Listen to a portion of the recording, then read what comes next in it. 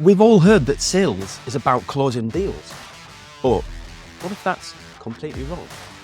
In this episode, I sat down with Bob Burg, co-author of The Go-Giver, a book that has sold over 1 million copies globally. Not only that, but Bob is a Hall of Fame keynote speaker and is known the world over for his philosophy on networking. I'm joined by Bob as he explores how the most successful people in business don't just sell, they serve, build trust and focus on creating value first. If you want to win in business without being pushy, you need to hear this. Hello and welcome back to MarketPulse Pros and Pioneers, where this week we have a very limited special edition episode. This week it is my honor, to be honest, Bob, to invite you along to the episode. Ladies and gentlemen, Bob Burg. Thank you for coming along today, Bob. Thank you, Paul. The honor is mine. Thank you for having me. The interesting story is I was chatting on a post in LinkedIn, and somebody who, ironically, the person who tagged you, Bob, that isn't even in my initial network either. So, and they kindly tagged you into the post, and you replied to something that I'd said, and your name immediately sprang to mind because I've had your name drummed into me by various people who I respect in the networking world. And whilst I hadn't read your book, I knew of your book, and I know that we're very much aligned in how we go about things. Mm-hmm. And so I'm very pleased that you accepted the cheeky invitation via email to come along to the podcast. I really do appreciate your time today. My absolute pleasure. So, ladies and gentlemen in the audience, if you don't know Bob, I'd suggest that you familiarize yourself, to be honest, because I align very, very heavily. And I know a lot of you follow me because you also align with my vision on networking and relationships. And I'm happy to say that a lot of that happens to be similar to, very much based on the teachings that Bob's given for the last 30 years or so. Bob is a Hall of Fame keynote speaker, a best-selling author, and also one of the world's leading voices on relationship marketing and influence. And his book, The Go-Giver, which is co-authored by John David Mann as well, has sold over 1 million copies and sparked a global movement around the idea that shifting your focus from getting to giving and providing immense value to others is the most effective way to achieve business success. So, as I said, for the last 40 years, Bob has coached entrepreneurs, leaders, and sales professionals on how to build high trust relationships, generate endless referrals, and grow their business by becoming go-givers. Bob also runs the Go-Giver Academy, which offers his training programs as well as his daily impact emails. And Bob continues to teach that influence, generosity, and value creation are the real drivers of success. Special shout out in today's episode for our charity partners, ADHD Liberty, led by Sarah Templeton, who are part of the fight to prevent the school to prison pipeline for ADHD and neurodiverse individuals. If you'd like to find out more, you can visit them. The show links are in the notes below, and I would encourage you to go along and have a look and educate yourself on their fight. It's an incredibly important cause, and we're super proud to have them as charity partners for the MarketPulse Pros and Pioneers podcast. Thank you. Enjoy the rest of your episode. Bob, I have to say, in an AI-driven world where everybody's looking for an easy and cheap silver bullet to make themselves rich quick, that bio is just so refreshing to hear because it's real. It's real, and I live it. I know how much impact that has. So, yeah, I mean, where did you start out with the whole Go-Giver journey, Bob? Like, what were your early days that led to that kind of moment where you thought that this is something that needs to be out there in the world? Yeah, it's a great question, Paul, because I was very fortunate to be raised by two wonderful parents. And so I think they instilled that, that basic mindset in me. And so, and that's very much an advantage. And I know my co-author, John David Mann, he said, his parents were very much the same. Really, when I got into the business world, beginning in sales, I saw people do things in certain ways that Sometimes you see people do things according to the values that you hold and they do really well. And other times they do those things and they don't do as well. And you see other people do things contrary to what you believe. They do really well. And other times you see people doing things contrary to what you believe and they don't do well. Okay. However, in time, you begin to see patterns develop, right? And patterns are those things that are fairly predictable. Doesn't mean it's 100% of the time, but it's predictably true. And what I saw was this, that the most successful, the highest money earning, sustainably successfully high earning, money earning people, and those who also had success in their personal life, had good friendships and healthy relationships, and felt good about themselves. It just seemed like these were the people who are really just focused on making other people's lives better, not in a self sacrificial way, not in a way that hurt them, no, but in a way that always found a way to add value to life and add value to the lives of others. And, to me, since that was congruent with the values I was brought up with, it made sense for me to follow that. A couple of years after I'd been in sales, and I had done fairly well after a slow start because I had had no formal sales training. But once I started, reading the right books and going to the right seminars and listening to the right, back then it was audio tapes. That's how long ago this was. But, my sales went really well. But then I moved to another company and I was selling a high ticket item. And I started in a sales slump and was not getting out of it. And I made a very young salesperson's mistake. And that is, I panicked and I started really focusing on myself and my sales as opposed to focusing on pleasing the customer and helping them with what they needed. And one day, an older gentleman, he was about to retire. He wasn't even in the sales department. I think he was an engineer or something. He was one of these very quiet type of people who didn't say much, but whenever he did, it was always profound. And he said to me, and I think he saw, the potential in me. And he said, Berg, can I share something with you or can I give you some advice? He said, I said, sure, I could use it. And he said, if you want to make a lot of money in sales, he said, don't have making money as your target. Your target is serving people. Now, when you hit the target, he continued, you'll get a reward. And that reward will come in the form of money. And you can do with that money whatever you choose. But never forget, he said, the money is simply the reward for hitting the target. It's not the target itself. Your target is serving others.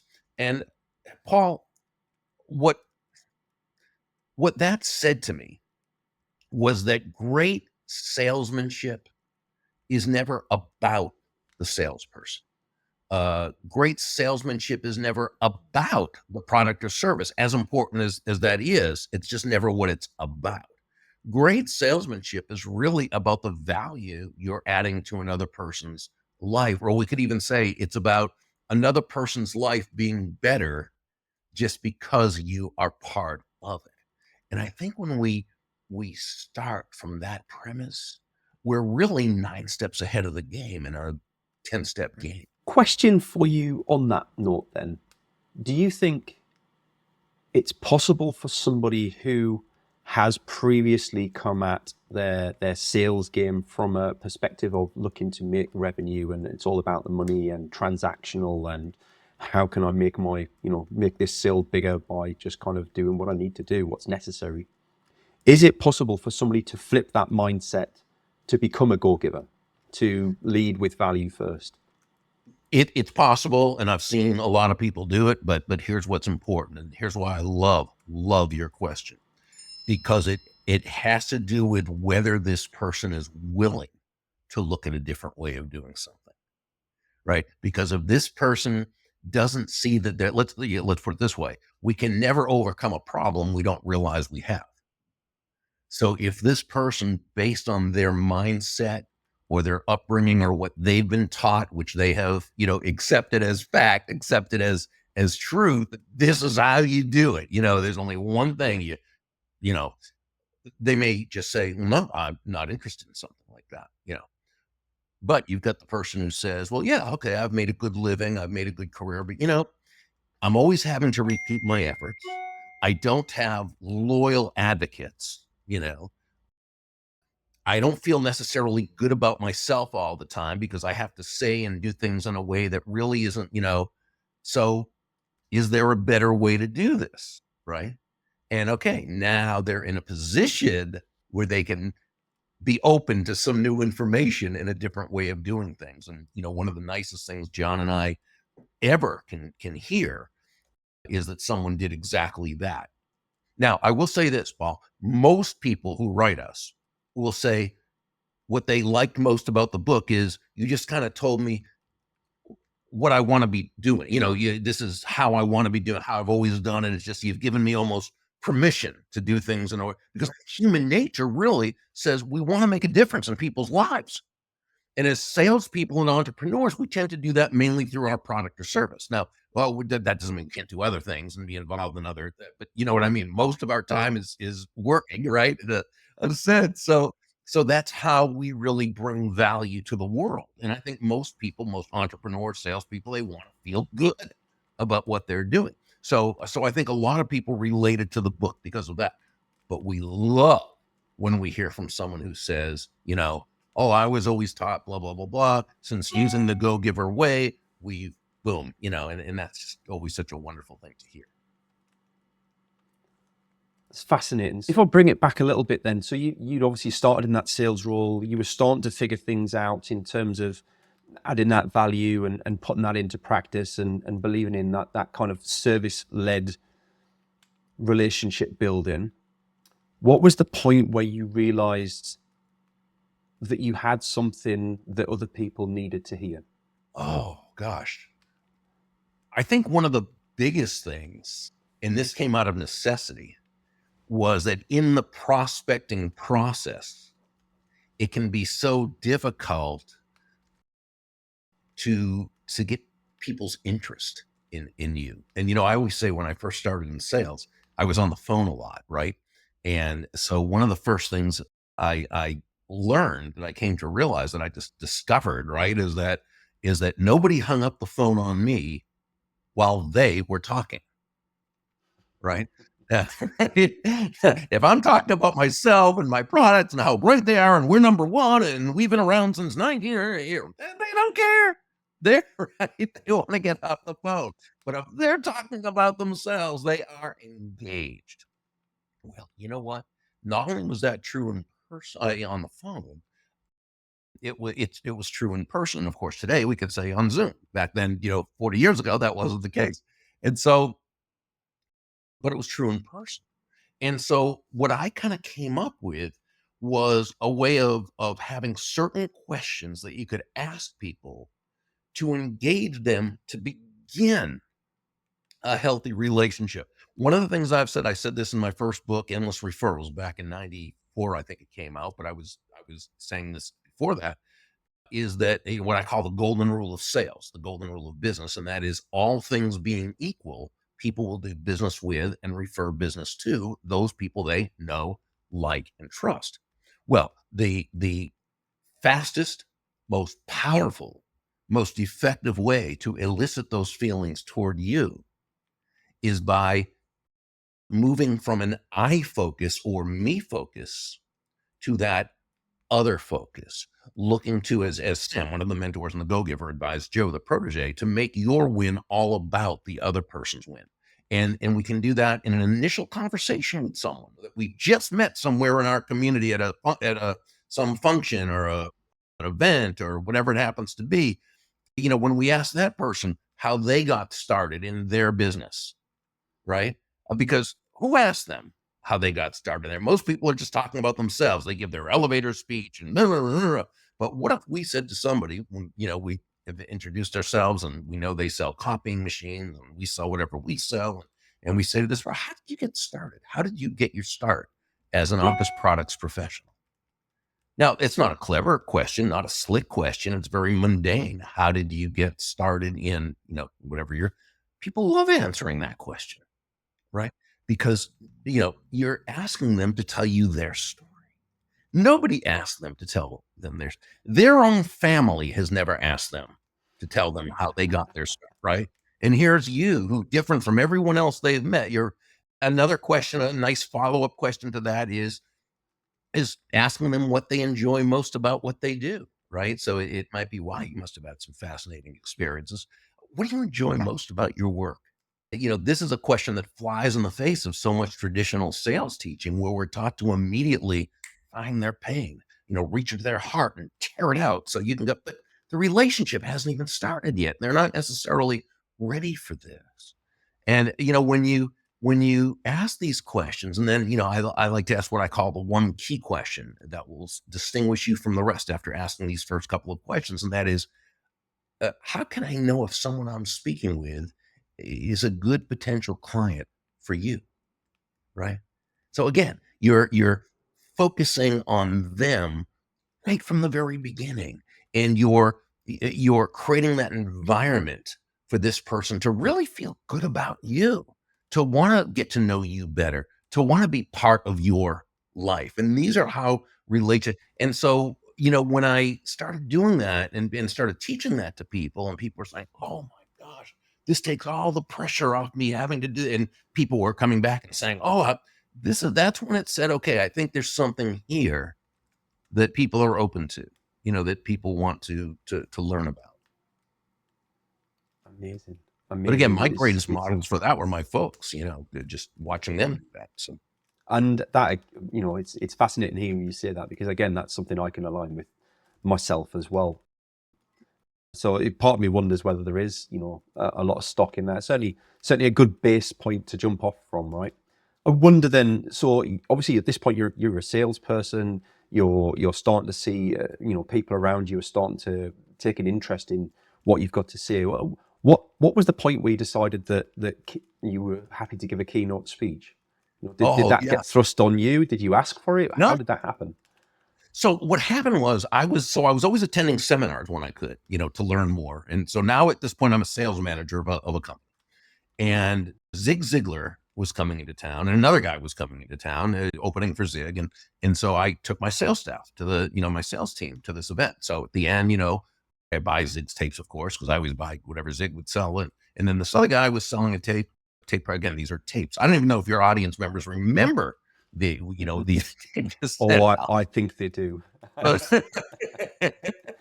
And so I got that person's tapes. They were really good information. And at the back, he had an advertisement that said, if you want to make some extra money learning how to speak and sell these tapes, call our office. So I did, and I went down there, and they showed me what I'd need to do, and I could buy wholesale the tapes, and then they taught me that the guy himself taught me how to give 30-minute presentations at all sorts of civic clubs, organizations, groups, anyone that would have me for 25 to 30 minutes, how to do the little sales commercial at the end, holding up the tapes. And, from what I understand, I was their leading salesperson and doing that across the country part-time, But again, because I listened, I did what they told me to do. But it kind of put the fire in me that I like doing. So then I began my own speaking practice, my own speaking business. A key for me was that I joined the National Speakers Association, which is a big association of professional speakers. And so I learned it, which is focused mainly on the business of speaking, because it's like anything else. It's a business like anything else. And I learned sort of the system for selling and marketing myself as a speaker. And I did that. And, a few years, it took a few years to build a successful practice, but, eventually I did. So can we come in to the end of that side of things then? And obviously you've been keynote speaking for such a long time. You must have a favorite story of somebody who's been impacted by the message that you've delivered. What's the biggest impact you've delivered to somebody else's life? Because that's again aligned to us so much with what I do, because my why is kind of helping people make better decisions so they can live a better life. So where does that sit for you? And I think my why is really to be an encourager, to help people feel genuinely good about themselves. And so when I speak, really my goal is to sort of provide the how-to information in such a way that they have the confidence to be able to go out and immediately apply it. So I would say that the feedback I received from the talks is along those lines, that they were able to take the information and boom, put it in that, sometimes I hear these sales figures from people and I think, oh my gosh, they're doing a lot better than I could have done with it. I love it. Right? I mean, that's the nicest compliment you could receive. But that begs an interesting question, right? So a lot of businesses are driven by the investors in the business, especially in the tech world and the SaaS businesses. And the pressure I see a lot of salespeople being put under is kind of driven by those metrics that the investors want to be able to measure. They want to be able to know, right, you've reached out to, I don't know, 10,000 leads this month via email, via phone calls, via WhatsApp, via LinkedIn. What would be your advice to a salesperson who wants to adopt the Go-Giver methodology and philosophy, but they're kind of feeling the pressure from above to automate things and go in the transactional route, if that makes sense? Yeah. Well, my message is more to the leadership to understand something that, nobody's going to buy from their salespeople because they want them to be able to give, metrics.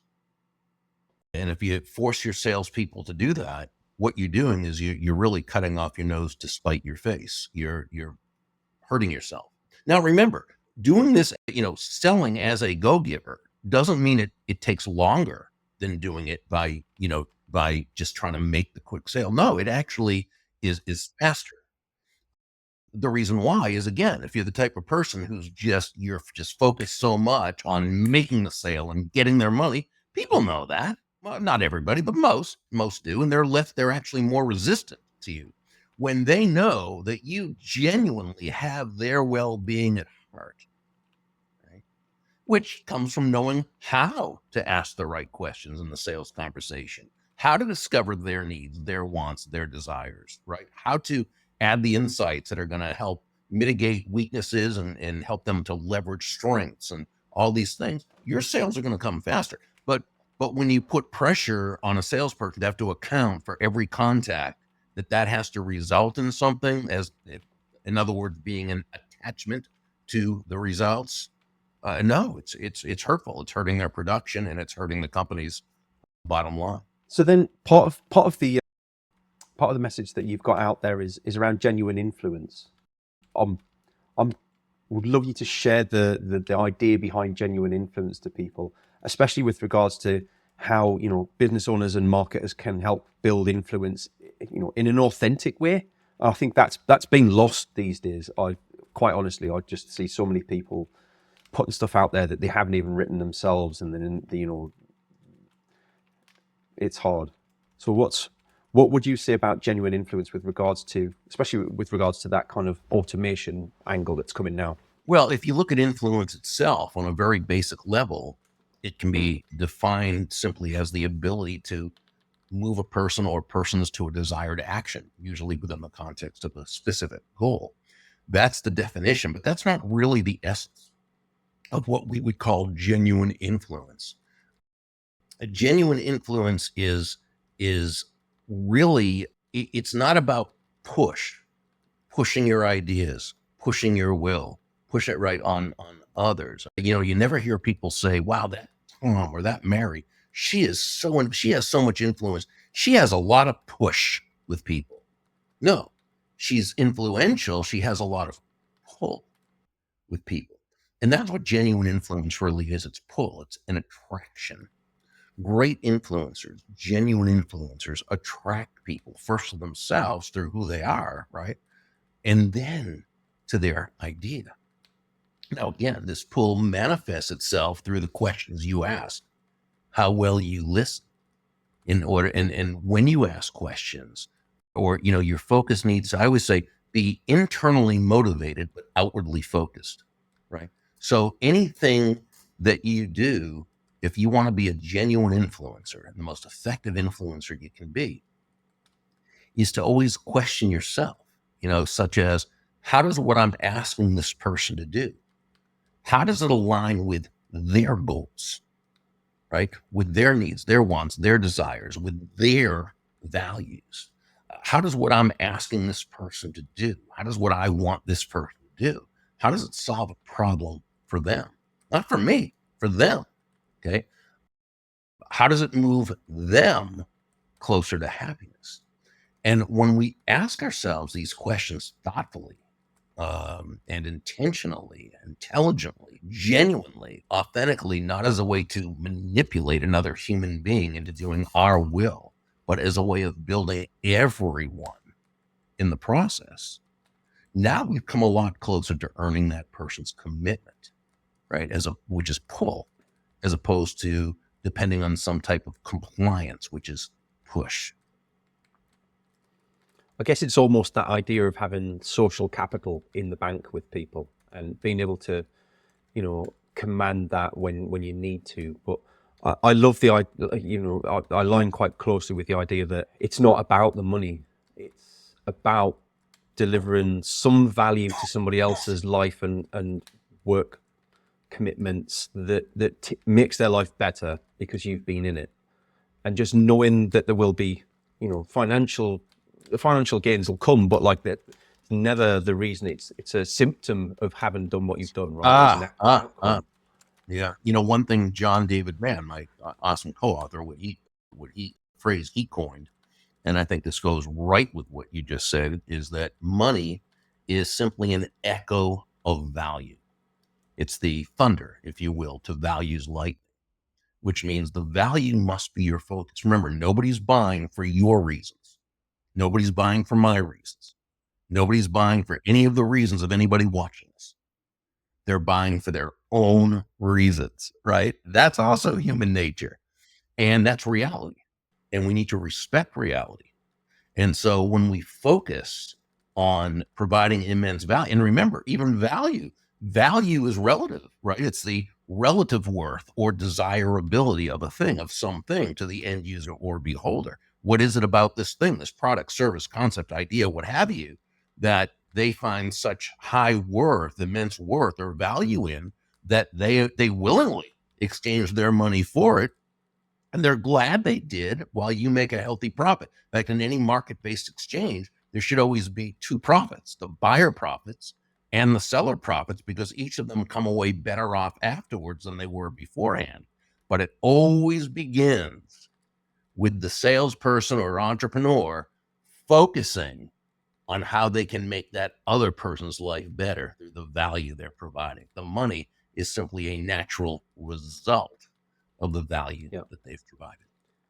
And again, it can't just be, well, I need to add value to this person so that I get some return out of this. It has to be, I'm going to add value to this person. Full stop. Yeah. End of conversation. Oh, exactly. But it always does. It always comes back. It always, whether it's directly in sales, whether it's in other opportunities, whether it's referrals or connections or network or just trust, like it's there and it's absolutely palpable. It baffles me that I didn't come across your work long before I did. Exactly as you described at the beginning, when I heard more about your philosophy and the methodology behind the Go Giver, it did kind of feel like somebody had given me permission to carry on doing what I was doing. I was like, that is really, wow. Somebody else thought that too. Well, it wasn't the first. Devastating.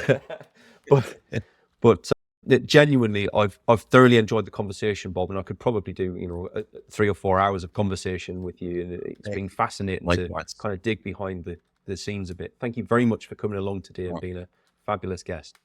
My absolute pleasure. Honor to be with you. Thank you very much. Ladies and gentlemen, if you're watching along and you're entertained by what Bob's had to say today, I will make sure that all of the show notes cover all of Bob's books and where you can find out more information about the Go Giver. Would love you to kind of dig into that a bit more, because more than any of the guests that we've had on the show, I just think that by following that philosophy, then the world would just be such a nicer place to be in. When you next open your LinkedIn inbox and you see all the spam mail that's in there, just ask yourself, like, if everybody in this inbox followed the Go Giver methodology and believed the same things, we would never have another spam message to deal with. Wouldn't that be a nice place to be? Thank you very much for being a fabulous guest, Bob. And thank you, everyone who's watching along from home. Really appreciate you being a fantastic audience for us, and we'll see you next week. Bye-bye. Thanks for joining us for today's show. I hope you enjoyed it. If you'd like to feature on a future show, or you've got some ideas for folks who would make a great guest, please drop us a line. Contact details are in the show notes, and I'd love to hear from you. Your host today was me, Paul Banks, founder at Javelin Content Management. Here at Javelin, we specialise in helping busy business owners just like you to repurpose video content, taking all the stress and tech problems away and turning your long-form video into literally hundreds of pieces of content without breaking the bank. We describe it as getting ideas out of your head into video and out to your socials. If you want to launch your personal brand, become the vendor of choice for your audience, or maximise your sales revenue impact, we'd love to hear from you. Join us next Wednesday for the next episode, and don't forget to subscribe and give us a review. Our podcast is only possible with your continued support.